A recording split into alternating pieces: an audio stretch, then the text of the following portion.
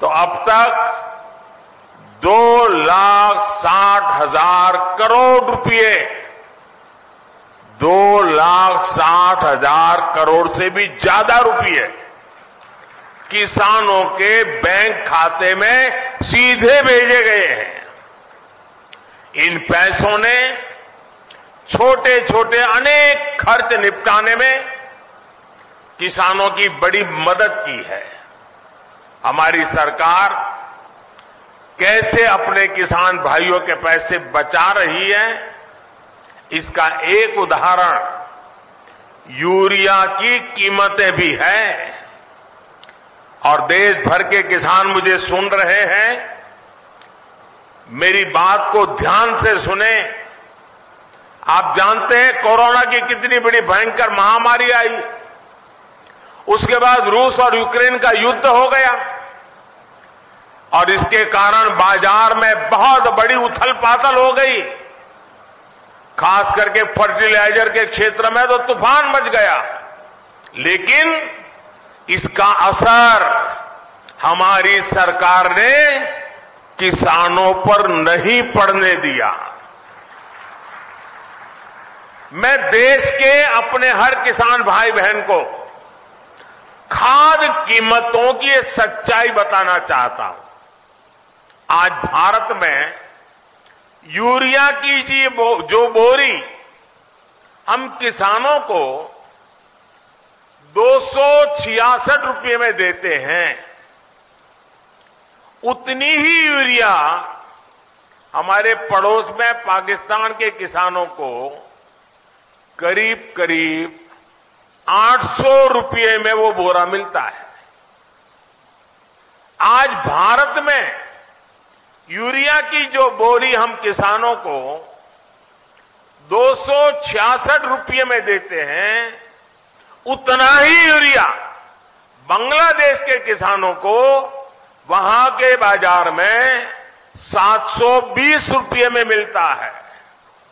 आज भारत में यूरिया की जी बोरी हम किसानों को 266 रुपये में देते हैं, उतनी ही यूरिया की बोरी चीन में किसानों को 2100 रुपये में मिलती है।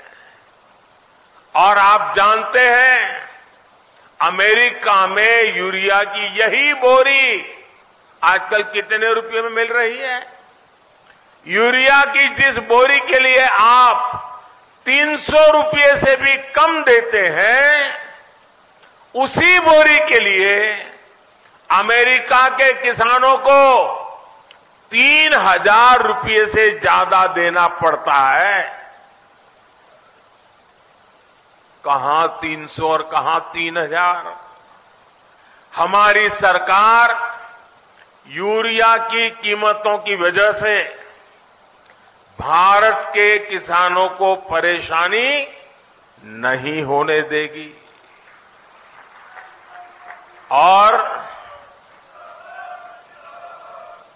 इस सच्चाई को देश का किसान देख रहा है, हर दिन अनुभव कर रहा है। जब यूरिया खरीदने जाता है ना, तो उसे पक्का विश्वास होता है कि ये मोदी की गारंटी है।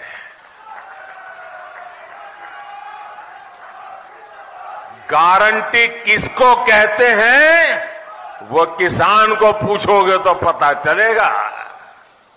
साथियों, राजस्थान में आप सभी किसान अपनी मेहनत से बाजरा जैसे मोटे अनाज उगाते हैं और हमारे देश के अलग अलग कोने में अलग अलग प्रकार से मोटे अनाजों की खेती होती रहती है।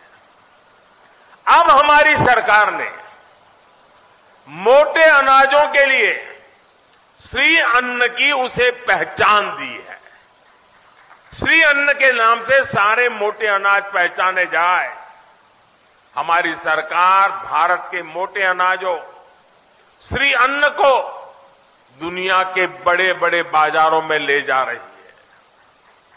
सरकार के प्रयासों की वजह से अब देश में श्री अन्न का उत्पादन उनकी प्रोसेसिंग, उनका एक्सपोर्ट सभी कुछ बढ़ रहा है।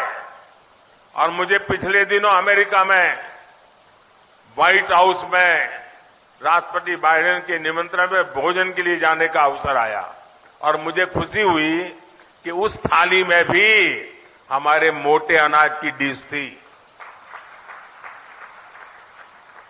साथियों, ये जो प्रयास चल रहे हैं, इसका बहुत बड़ा लाभ हमारे देश के, हमारे राजस्थान के उन छोटे किसानों को भी हो रहा है जो मोटे अनाज, श्री अन्न की खेती करते हैं।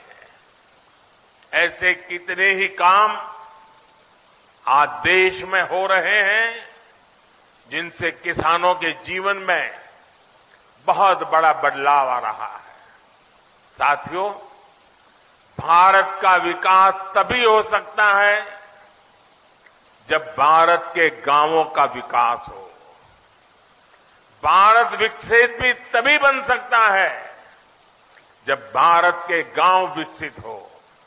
इसलिए आज हमारी सरकार भारत के गांवों में हर वो सुविधा पहुंचाने का काम कर रही है जो शहरों में मिला करती है। आप सब जानते हैं कि एक समय था जब देश की एक बड़ी आबादी स्वास्थ्य सेवाओं से वंचित रहती थी। यानी करोड़ों करोड़ लोग हमेशा किस्मत के भरोसे अपना जीवन दांव पर लगा कर जीते थे। ये मान लिया गया था कि अच्छे अस्पताल तो दिल्ली, जयपुर में या बड़े शहरों में ही होते हैं।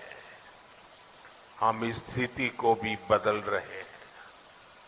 आज देश के हर हिस्से में नए एम्स खुल रहे हैं, नए मेडिकल कॉलेज खुल रहे हैं। हमारे इन प्रयासों का परिणाम है कि आज देश में मेडिकल कॉलेजों की संख्या बढ़कर 700 के पार हो गई है।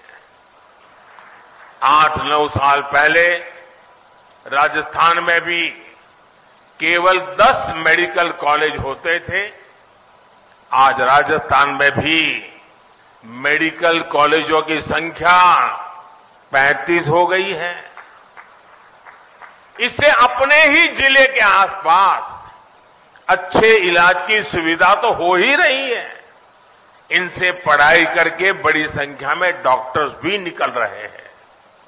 ये डॉक्टर्स छोटे कस्बों और गांवों में बेहतर स्वास्थ्य व्यवस्था का आधार बन रहे हैं। जैसे कि आज जो नए मेडिकल कॉलेज मिले हैं, इनसे बारा, बूंदी, टोंक, सवाई माधोपुर, करौली, झुंझुनू, जैसलमेर, धौलपुर, चित्तौड़गढ़,